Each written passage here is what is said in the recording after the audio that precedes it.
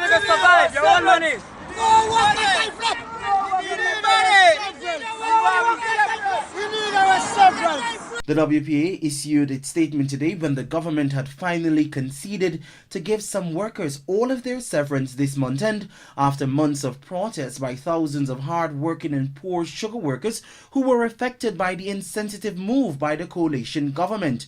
In a carefully worded and structured statement, the WPA claimed that it supported the tough decision to restructure the sugar industry, which was a bold one given the underlying ethnic sensitivities linked to that decision.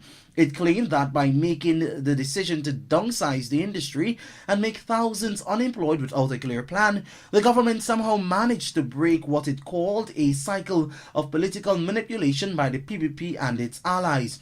The WPA also argued that poor economies like Guyana cannot carry the burden of sustaining the sugar industry, which was bleeding the treasury and no longer economically viable. The statement, however, failed to address the years when that very industry had carried the entire economy and carried the bauxite industry, which was near collapse. The party nonetheless said it supports the working class and urged that financing the subsidy has had a negative effect on the rest of the economy, even as it called today for a well-thought-out approach to be taken to restructure the entire sugar industry.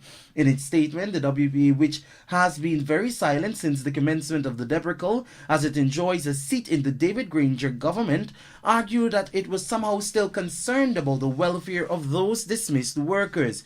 In fact, the WPA said that it is its long-term view to see the industry, Gaisuco, as a very diversified publicly traded entity financed and managed by Guyanese in much the same way as Banks DIH, DDL or Sterling Products Limited is.